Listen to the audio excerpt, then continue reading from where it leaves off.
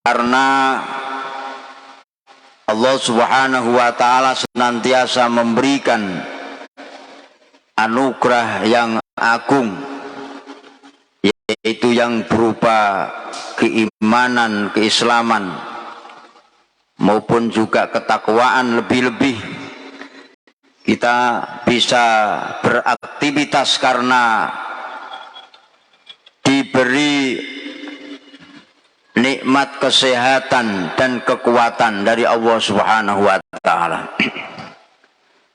Oleh karena itu, doa dan harapan kita semuanya tentunya mudah-mudahan pertemuan pada kesempatan malam hari ini senantiasa diberi keberkahan oleh Allah Subhanahu wa ta'ala, diberi kemanfaatan dan kemaslahatan, amin ya rabbal alamin.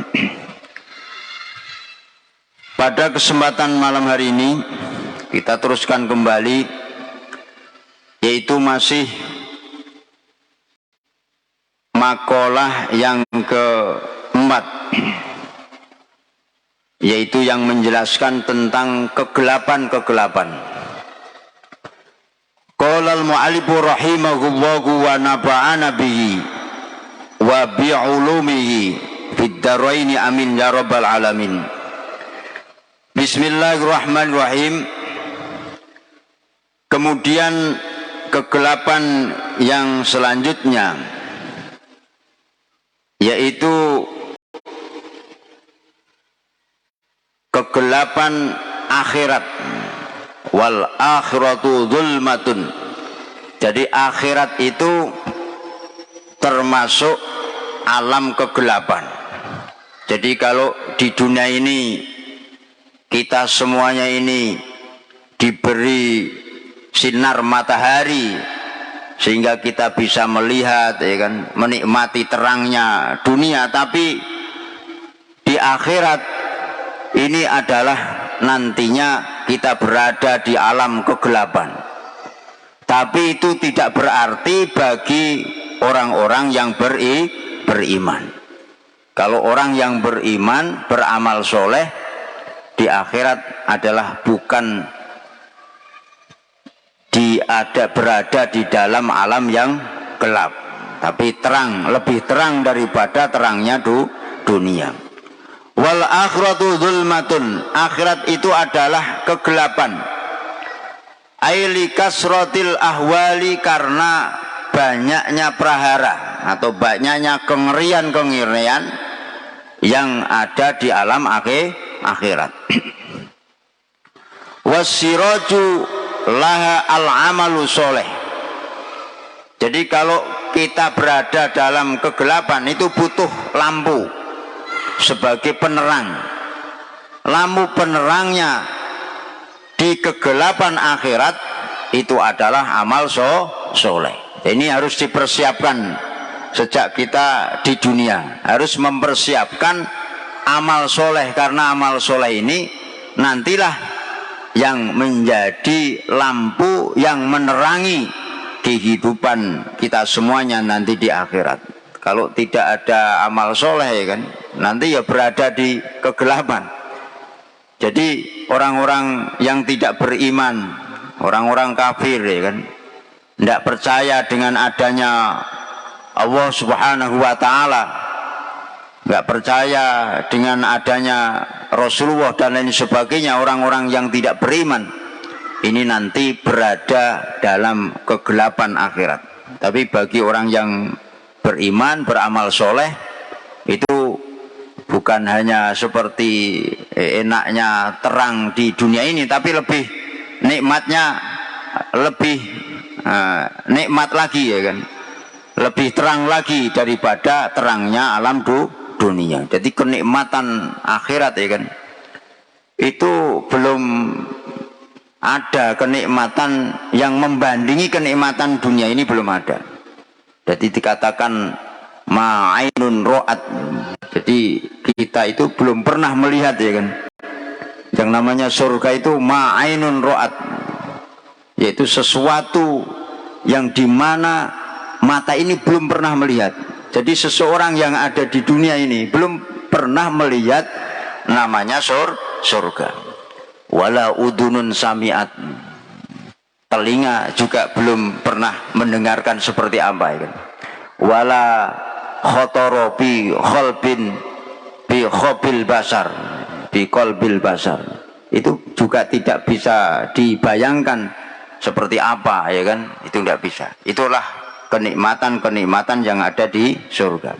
Jadi akhirat ini kegelapan, makanya kita harus mempersiapkan, yaitu bekal untuk menerangi kegelapan akhirat, yaitu amal soleh, seperti menjalankan perintah-perintah Allah, menjauhi larangan-larangan Allah. Nah, itu adalah amal soleh. Jadi jelas sekali ya kan, kita itu membutuhkan amal soleh, karena amal soleh ini hanya bisa dilakukan ketika kita masih di dunia. Makanya ad-dunya mazru'atul akhirah, dunia ini adalah tempat bercocok tanam untuk akhirat. Kapan lagi kita akan beramal soleh kalau tidak di dunia? Jadi hidup di dunia ini sangat berarti bagi orang-orang yang tahu. Kalau kita tidak menggunakan yang sebaik-baiknya, atau kalau kita itu tidak diberi kesempatan untuk hidup di dunia ini kan, umpama tidak hidup ya kan, berarti kan tidak mendapatkan apa? Surga, tidak mendapatkan kenikmatan akhirat. Maka diantaranya nikmat yang paling agung yang diberikan oleh Allah setelah iman ya kan, itu diantaranya setelah adanya kita yang dulunya tidak ada ya kan, kita itu dulunya tidak ada, kemudian kita diadakan oleh Allah, diwujudkan oleh Allah. Ini suatu kenikmatan tersendiri. Andikan kita, atau apabila kita membayangkan kalau kita ini tidak dihidupkan oleh Allah, berarti kita tidak bisa melihat betapa indahnya dunia ini. Kita tidak bisa sujud, sholat nggak bisa, puasa, haji nggak bisa ya kan. Tapi juga nggak ada siksaan di neraka, juga tidak ada apa namanya itu mendapatkan kenikmatan di surga, juga tidak mendapatkan. Tapi dengan adanya kita itu diwujudkan oleh Allah Subhanahu wa taala, kita bisa menikmati seperti indahnya alam. Kita bisa sujud, bisa taat kepada Allah Subhanahu wa taala. Itu merupakan kenikmatan yang agung. Nah, kenikmatan yang kedua yaitu kita diberi hidayah oleh Allah, bisa beriman, bisa bertakwa, bisa amal soleh. Ini merupakan kenikmatan dari Allah Subhanahu wa taala. Ruwiya annahu sallallahu alaihi wasallam, diriwayatkan bahwasanya baginda Rasulullah sallallahu alaihi wasallam qol, inna Allaha yuhibbu ayukhadha bi rukhasihi kama yuhibbu ayukhadha bi azaimihi. Inna Allaha ba'asani bil hanifiyyati samhati dini Ibrahim, rawahu Ibnu Asakir.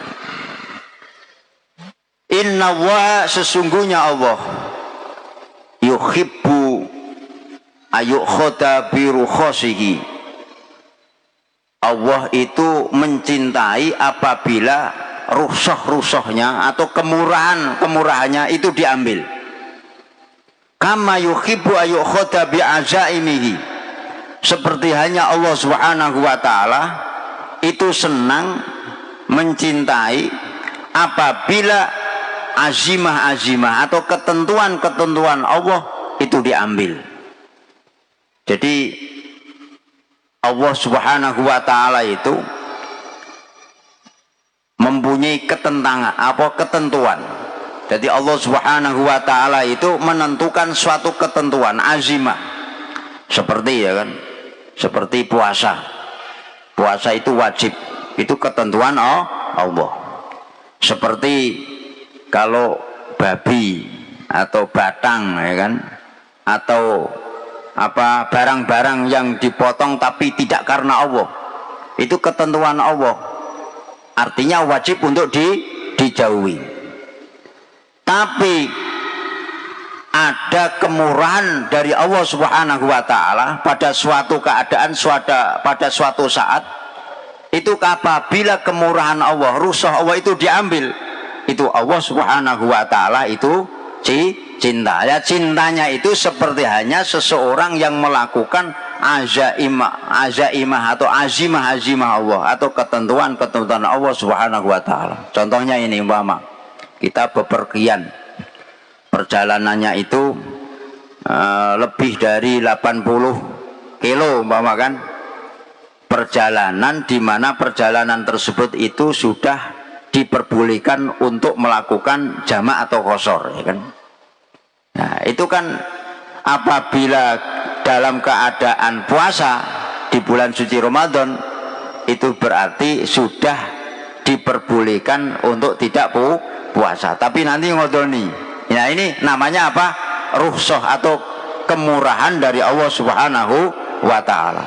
Orang dalam perjalanan tersebut itu perjalanan yang diperbolehkan untuk membatalkan puasa Ramadan umpama, itu kok membatalkan, diambil rukhsah itu Allah Subhanahu wa taala senangnya Allah seperti hanya ketika kita itu mukim di rumah, tidak ada halangan, tidak ada udzur, kemudian melaksanakan puasa Ramadan. Nah, itu kemurahan dari Allah Subhanahu wa taala.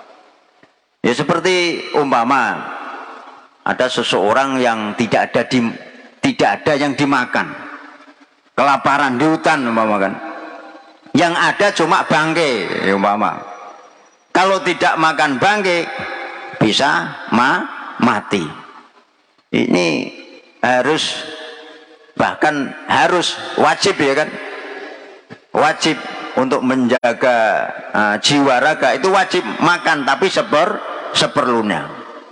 Jadi dalam keadaan terpaksa, tapi tidak sengaja untuk makan barang yang diharamkan. Kalau makan sengaja yang diharamkan, kemudian yang halal itu ada, itu tidak boleh. Pamani turo ghairu baghi wala adin fala isma alai, ya kan? Dalam keadaan terpaksa, ya, tidak sengaja untuk makan yang diharamkan, ya kan? Tidak berlebihan dan lain sebagainya, sesuai dengan ketentuan yang ada, maka tidak dosa mengambil kemurahan rukhsah dari Allah Subhanahu wa taala. Padahal hukum awalnya itu adalah haram, nggak boleh. Dalam kondisi situasi tertentu diperbolehkan. Nah, ini namanya apa? Rukhsah, kemurahan dari Allah Subhanahu wa taala. Orang yang mengambil kemurahan dari Allah itu, ya kan, disenangi oleh Allah seperti halnya Allah senang terhadap seseorang yang menjalankan ketetapan Allah Subhanahu wa taala. Jadi jangan gaya, ya kan, umpama pergi ke Samarinda, ya kan, itu kan boleh jamak qashar, kan boleh, ya kan. Wah, ya alah, yang namanya sholat 4 rakaat saja kan tidak repot, ya kan. Padahal itu rukhsahnya Allah, boleh dijamak ataupun di qashar. Nah, itu yang lebih baik, yang mengambil kemurahan dari Allah. Yang lebih baik itu dijamak atau di qashar daripada dilakukan secara sempurna.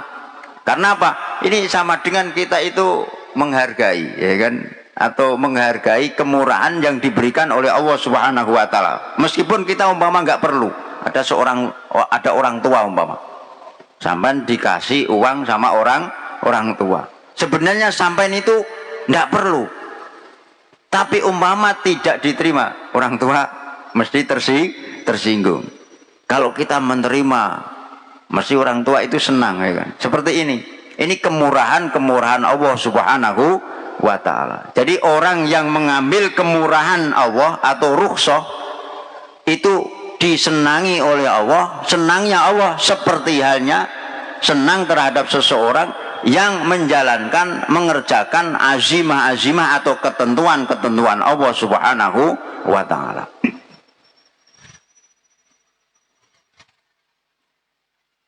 Inna Allaha ba'asani bil hanifiyati as-samhati dini Ibrahim.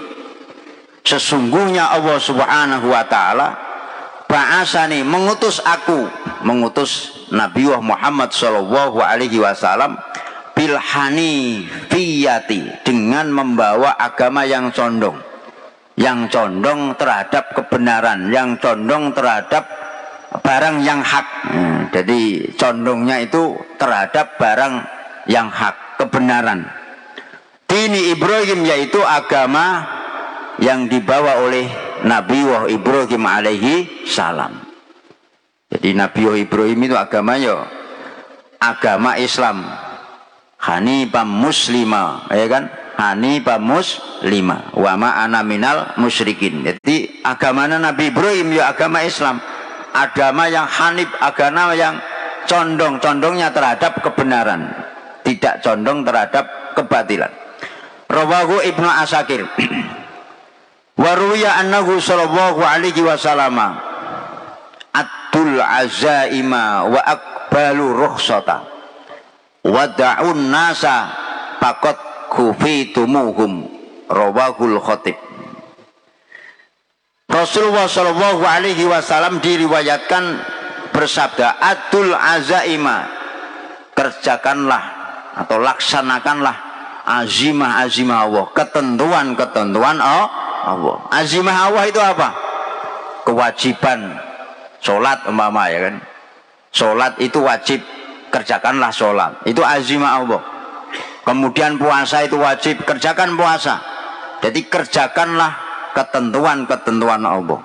Seperti umpama barang yang haram sudah dijelaskan, ya kan? Umpama judi, minuman keras, itu dilarang, ya kan? Itu larangan Allah, itu namanya azimah. Kerjakanlah azimah Allah.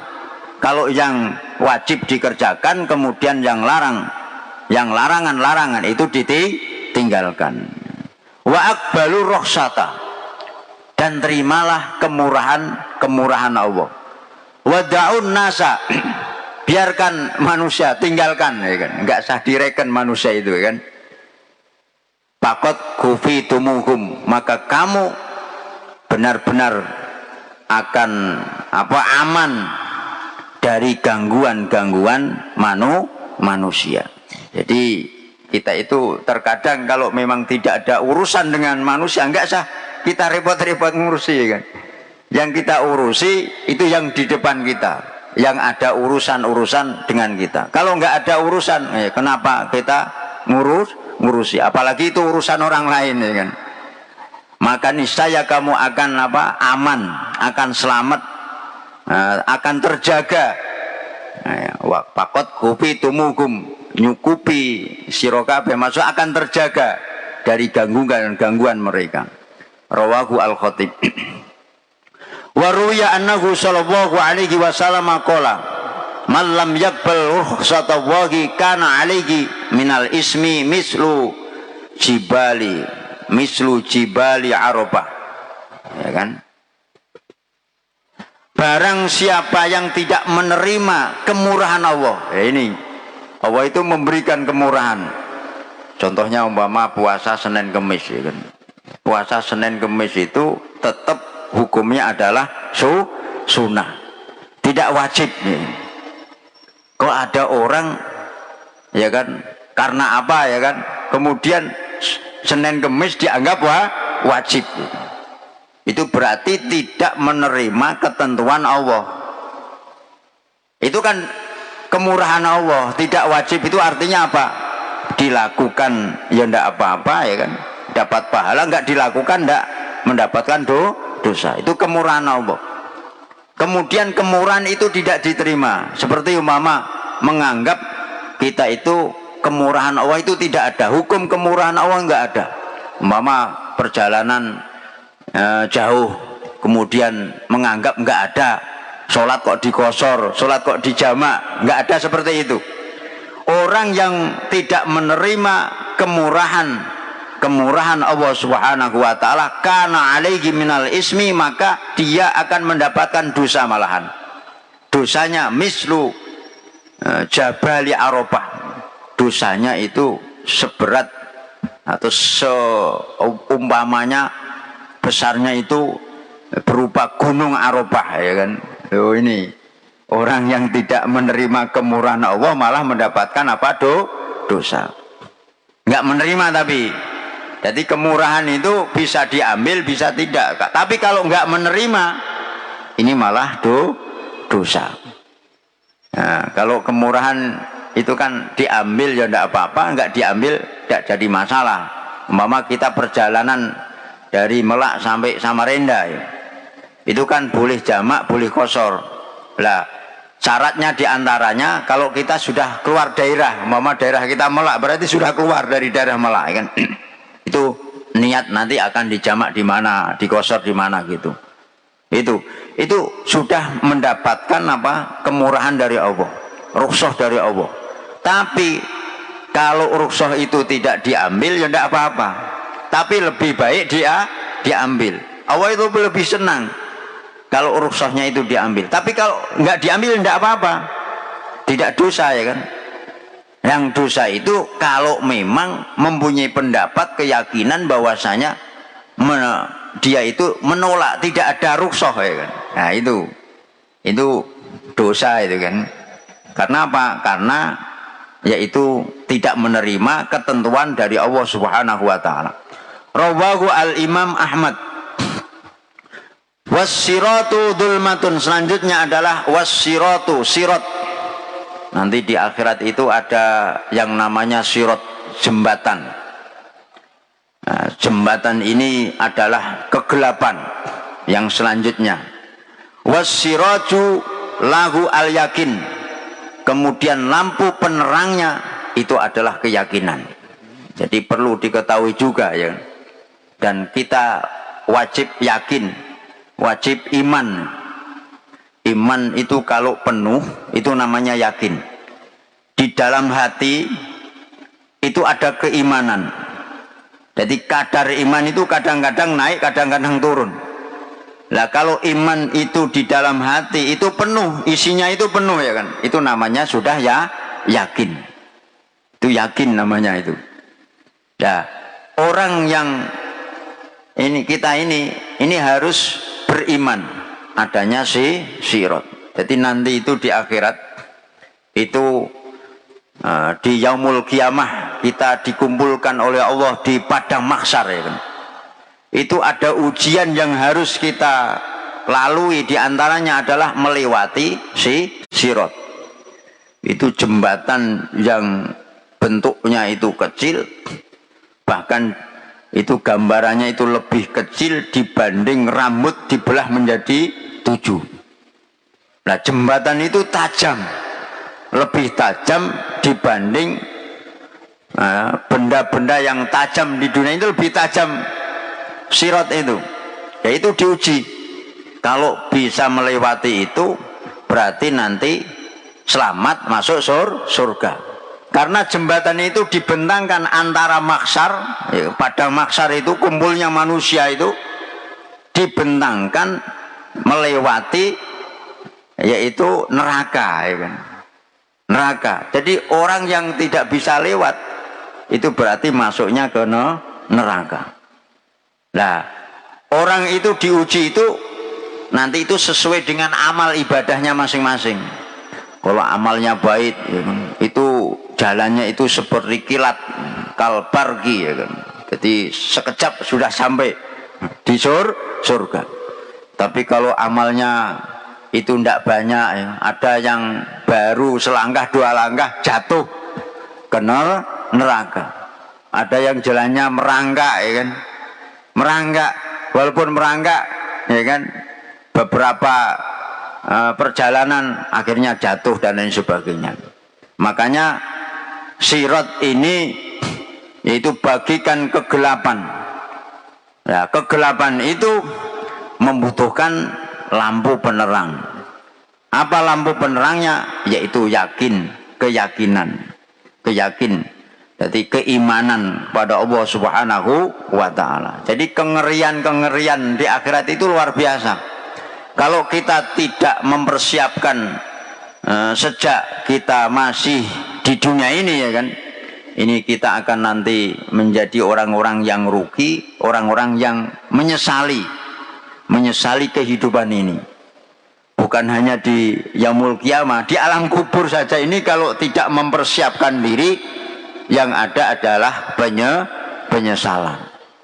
Laula akhortani ila ajalin qarib, ya kan, itu adalah kata-kata yang terlontar ketika seseorang itu dalam keadaan sakaratul maut, mau dicabut oleh Allah Subhanahu wa taala, akan dipindah alamnya itu kan. Itu permintaannya seperti itu. Laula akhortani ila ajalin qarib, ya Allah, kalau bisa sedikit aku diberi waktu untuk bisa apa? Hidup lagi di dunia. Di ajalnya itu ditambah. Ya kan? Walaupun sedikit. Ba'asaddaqa wa akum minas sholihin. Agar supaya bisa berbuat baik, bisa beramal, bisa sedekah dan lain sebagainya. Ini di alam kubur, ya kan, di alam barzah. Belum lagi nanti yaitu di yaumul qiyamah terjadi perahara-perahara yang luar biasa. Makanya ini harus persiapan. Persiapannya yaitu yang pertama adalah keimanan, al-yakinu wa huwa tahqiqu tasdiq bil ghaibi bi izalati kulli raibin. Jadi kita harus menyatakan seakurat mungkin, membenarkan dengan perkara-perkara yang gaib. Jadi kita itu harus benar-benar menyatakan kebenaran, yaitu perkara-perkara yang gaib, seperti adanya surga, adanya neraka, ya kan, adanya Allah Subhanahu wa taala dan lain sebagainya. Bi izalati kulli raibin, dengan menghilangkan keraguan-keraguan. Ini harus dihilangkan. Jadi orang-orang yang beriman itu walaupun masih di dunia itu sudah tahu nanti seperti apa kerangka di alam kubur, di alam akhirat seperti apa. Bahkan sudah bisa meraba-raba apakah selamat atau tidak. Padahal banyak dosanya, banyak maksiatnya, amalnya sedikit. Itu sudah mulai ada kekhawatiran. Apalagi umur-umurnya itu sudah 50 tahun, ya kan, sudah 60 tahun. Ini sebenarnya sudah tidak lagi terpikir untuk memikirkan beli mobil, memikirkan bangun rumah, ya kan. Yaitu karena jarak yang begitu dekat dengan kematian itu sebenarnya sudah ada di dalam pikiran, di dalam hati apa yang akan datang, apa yang akan terjadi bagi orang yang beriman, karena itu adalah sesuatu yang pasti terjadi, pasti dialami, ya kan. Itu tanda-tanda orang yang beruntung. Tapi kalau tanda-tandanya orang yang nggak beruntung, mata hatinya sudah tertutup, tidak terpikirkan dengan itu.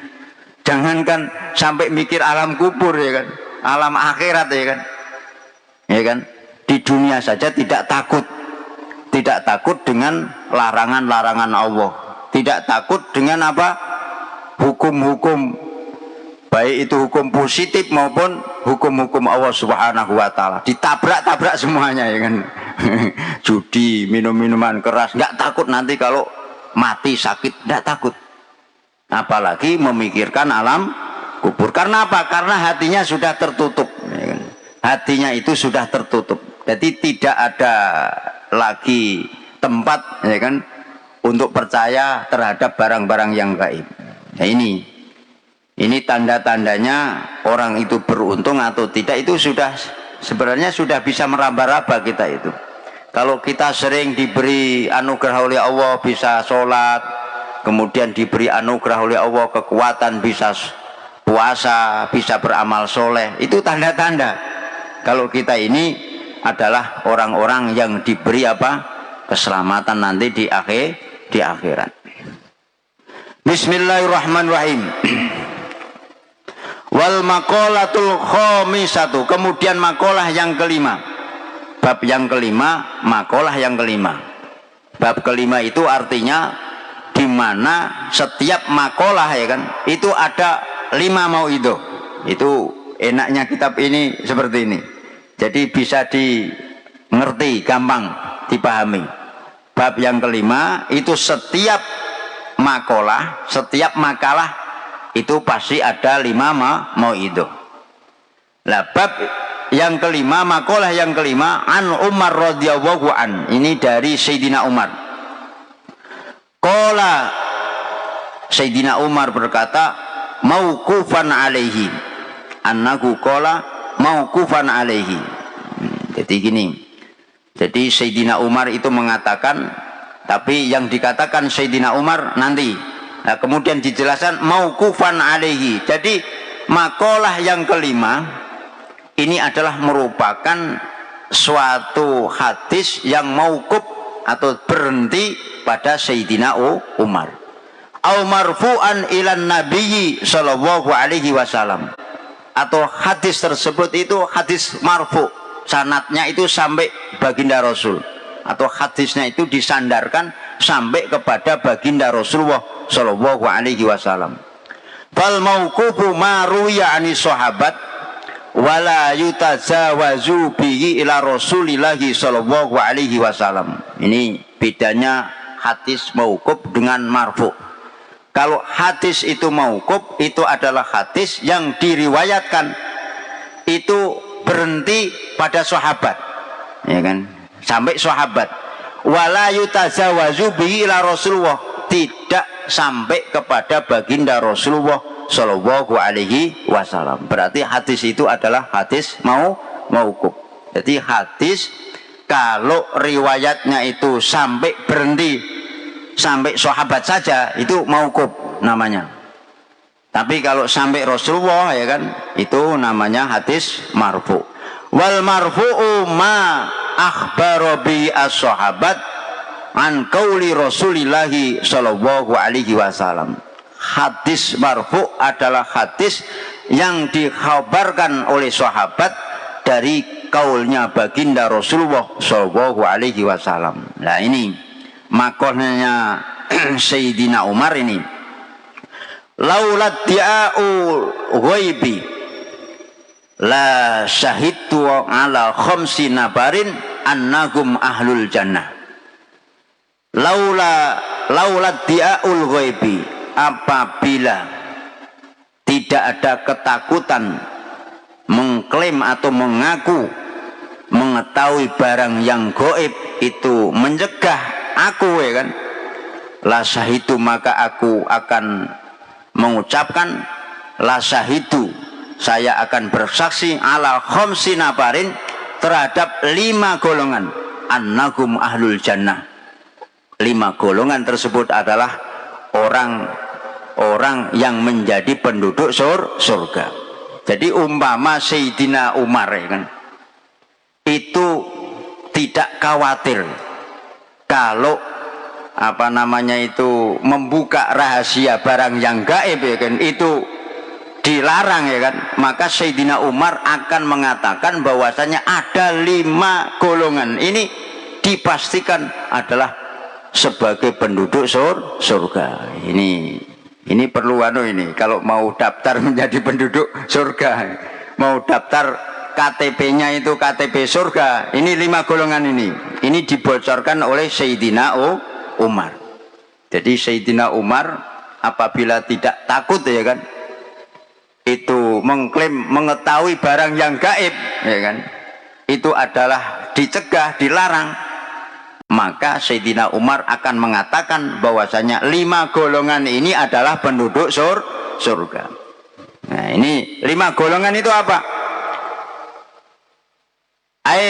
Laula ma khafatu di'ai ilmil ghaibi maniun laqultu syahidu ala khamsi jama'atin annahum min ahlil jannah. 5 golongan itu apa? Yang pertama al-fakir, wong sing melarat. Kalau orang Jawa itu mengatakan wong sing kere, wong sing orang duwe, orang yang apa? Melarat. Wong melarat, orang yang tidak punya tapi sahibil iyal. Wal fakiru sahibul iyal, orang yang mempunyai keluarga, keluarganya itu banyak tapi orangnya tidak punya. Yang dinamakan keluarga itu apa? Wa huwa man yaskunu ma'ahu, yaitu orang yang tinggal bersama.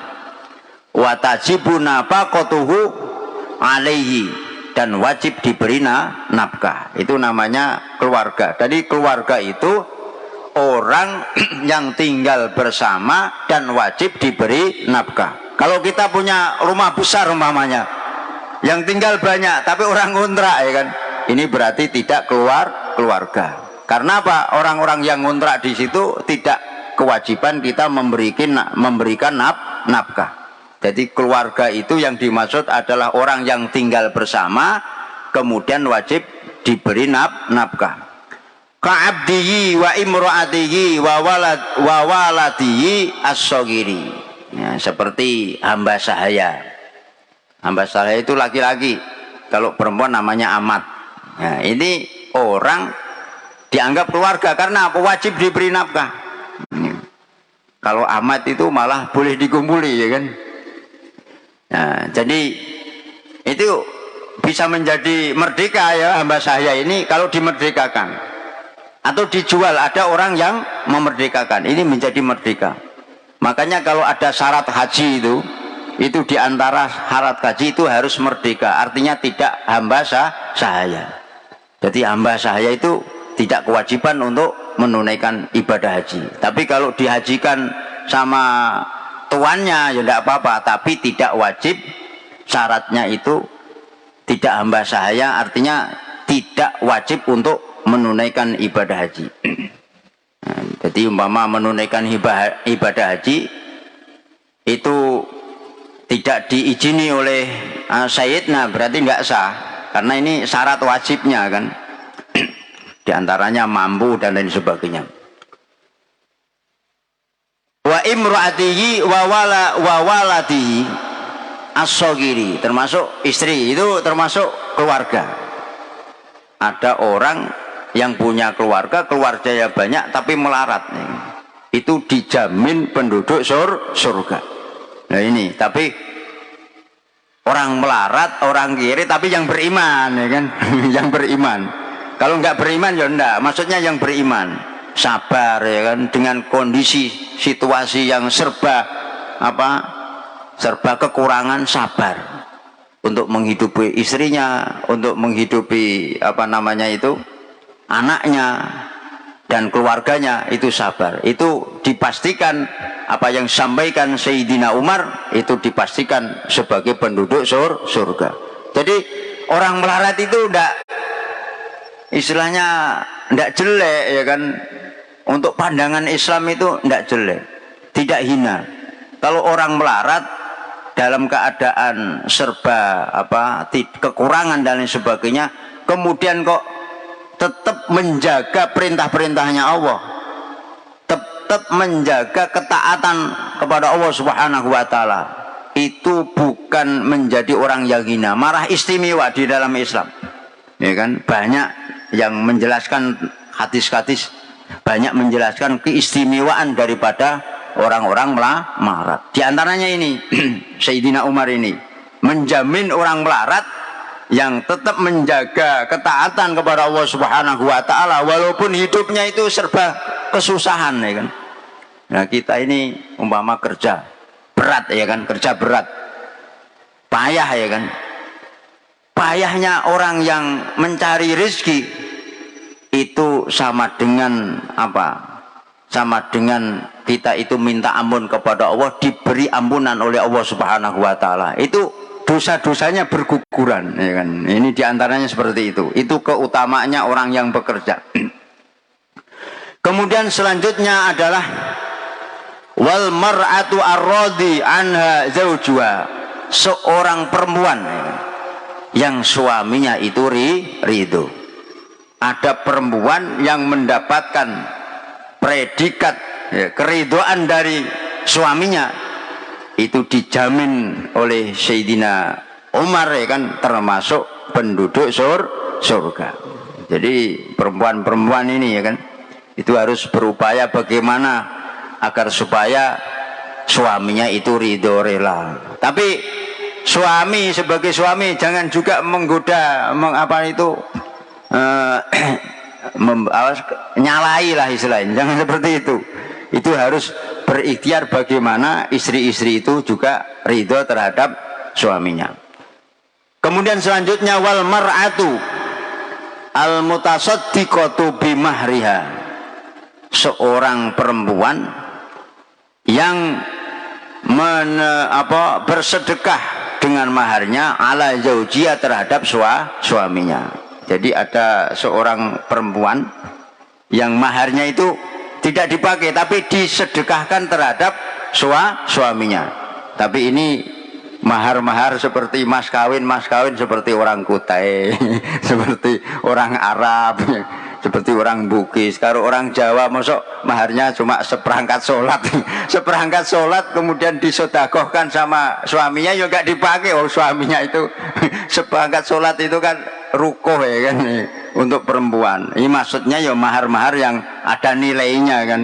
Kalau maharnya orang Bugis kan besar ya kan, orang Kutai besar ya, berapa ratus juta. Tapi perempuannya ini tidak menerima maharnya itu disodakohkan lagi kepada suaminya. Nah ini termasuk Sayyidina Umar mengatakan orang perempuan yang seperti ini maharnya dikasihkan lagi kepada suaminya, disodakohkan lagi. Ini termasuk yaitu penduduk surga. Kemudian selanjutnya masih sedikit. Wasakhsu ar-radhi anhu abawahu. Kemudian selanjutnya adalah seseorang yang mendapatkan keridhaan dari kedua orang tuanya. Ini orang bagus ini. Jadi hidup bersama orang tuanya, tapi orang tuanya ridho. Selanjutnya wattaibu minadunub, yaitu orang yang bertaubat dari dosa. Ruwiya annahu sallallahu alaihi wasallam at-taibu minadzambi kaman la dzamba lahu. Orang yang bertaubat itu seperti hanya orang yang tidak punya dosa. Rawahu al-Baihaqi. Wa ruwiya annahu sallallahu alaihi wasallam kullu bani adam khata'un wa khairu khata'ina at-tawwabun. Rawahu Imam Ahmad wa Tirmidzi. Wa ruwiya annahu sallallahu alaihi wasallam Allahu abrahu bi taubati taib minad dam'anil warid wa minal aqimil walid wa minad dhalil wajid. Paman tabba ila Allah taubatan nasuha ansawwahu khabidaihi wa jawarihahu wa biqa al ardi kullaha, ya kan, kullaha. Terus khotoyahu wa dunubahu rawahu Abu Abbas. Ini yang terakhir saya jelaskan bahwasanya Allah itu senang, lebih senang, abrahu, lebih senang bitaubati taib, yaitu dengan tobatnya orang yang bertaubat. Lebih senang, perasaannya itu lebih senang daripada orang yang haus yang menemukan air. Mama kita itu rekreasi, umpama di mana, di hutan, ya kan, membara di hutan, tidak ada air, kemudian menemukan air, kan senang kan. Tapi senangnya orang yang haus menemukan air itu lebih senang Allah terhadap orang yang tobat. Wa minal aqimil walid, ada orang yang diponis sudah tidak punya anak, mandul ya. Sudah berubat kemana-mana, ke dokter, ke dukun dan lain sebagainya, sudah diponis kamu nggak bakal punya anak ya. Tapi tidak disangka-sangka kemudian punya anak, itu kan senang sekali. Orang yang diponis mandul kemudian punya anak itu sangat senang. Tapi senangnya orang yang diponis mandul punya anak itu lebih senang Allah terhadap tobatnya orang-orang yang tobat. Yang terakhir wa minad doli al wajid, ada orang yang kehilangan mobil umpamanya, dicari-cari kemana-mana bertahun-tahun, kemudian ketemu, kan senang ya kan. Nah, itu senangnya itu lebih kalah dengan senangnya Allah terhadap orang-orang yang tobat. Paman taba ilawah taubatan nasuha, kalau kalau seseorang itu tobatnya itu nasuha ya, Allah itu melupakan penjaga duanya. Rokib atib itu dilupakan, rokib atib itu melupakan ya, melupakan dosa-dosanya. Wajawarihaku, kemudian anggota badan ini dilupakan oleh Allah. Jadi anggota badan yang pernah kita maksiat itu nanti akan menjadi saksi. Tapi kalau sudah tobat, anggota badan nanti ditanya oleh Allah, ini sudah lupa, dulu pernah melakukan apa, ini lupa, nggak bisa bicara, nggak bisa menjadi saksi. Begitu juga wabiqaul ardi, yaitu tempat di mana tempat itu dibuat untuk maksiat. Itu lupa. Berarti tempat di mana kita itu maksiat nanti di akhirat sebenarnya itu nanti menjadi seksi. Tapi kalau orang itu tobat nasuha, tempat yang di mana kita pernah melakukan maksiat itu nanti ketika dijadikan seksi dia tidak mengatakan, ya kan, lupa, ya kan.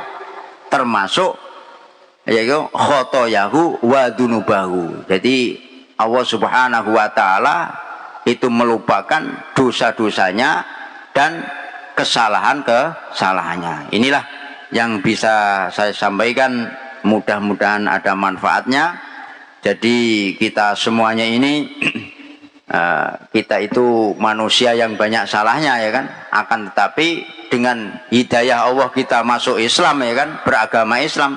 Islam itu membawa solusi untuk kebaikan. Orang yang salah masih ada jalan keluarnya, jalan soalnya yaitu tobat, ya, tobat. Padahal orang yang tobat, ya kan, katanya Allah Subhanahu wa taala sesuai dengan firman-Nya itu seperti hanya orang yang tidak punya dosa. Nah, ini kan merupakan kemurahan, anugerah dari Allah Subhanahu wa taala. Berarti Islam itu anugerah yang luar biasa. Kalau kita sudah Islam, insya Allah selamat, ya kan. Kalau kita sudah iman, insya Allah selamat di dunia maupun di akhirat. Karena semua ini menjadi solusi, jalan keluar, problem, masalah. Walaupun banyak dosanya, bisa menjadi bersih, ya kan, tanpa dosa. Yaitu anugerah Islam ini. Makanya kita harus bersyukur menjadi orang-orang Islam. Syukur kita apa? Yaitu dengan kita taat kepada Allah Subhanahu wa taala. Kurang lebihnya minta maaf. Kami akhiri wallahul muwaffiq ila aqwamit thoriq. Wassalamualaikum warahmatullahi wabarakatuh.